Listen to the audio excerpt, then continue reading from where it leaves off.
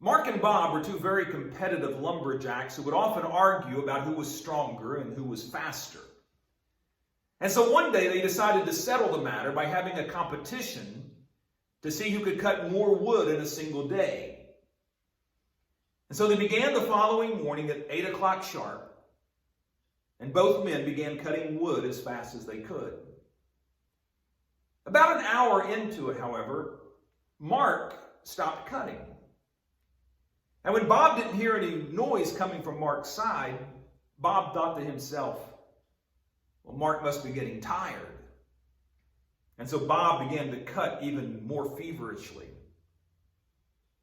Well, then about 10 or 15 minutes later, Mark began again. But again, about 45, 50 minutes later, Mark again stopped.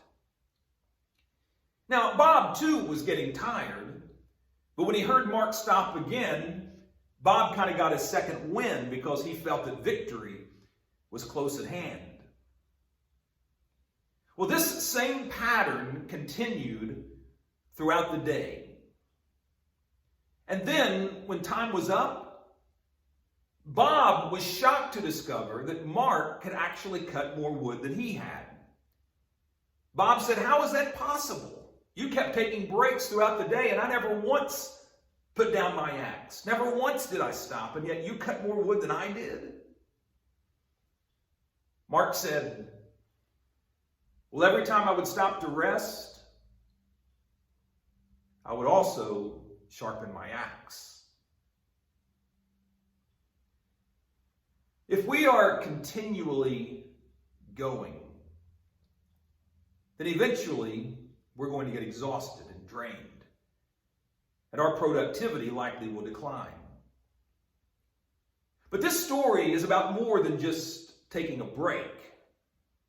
I mean, that's just putting down the axe. Now, this story is also about sharpening your axe.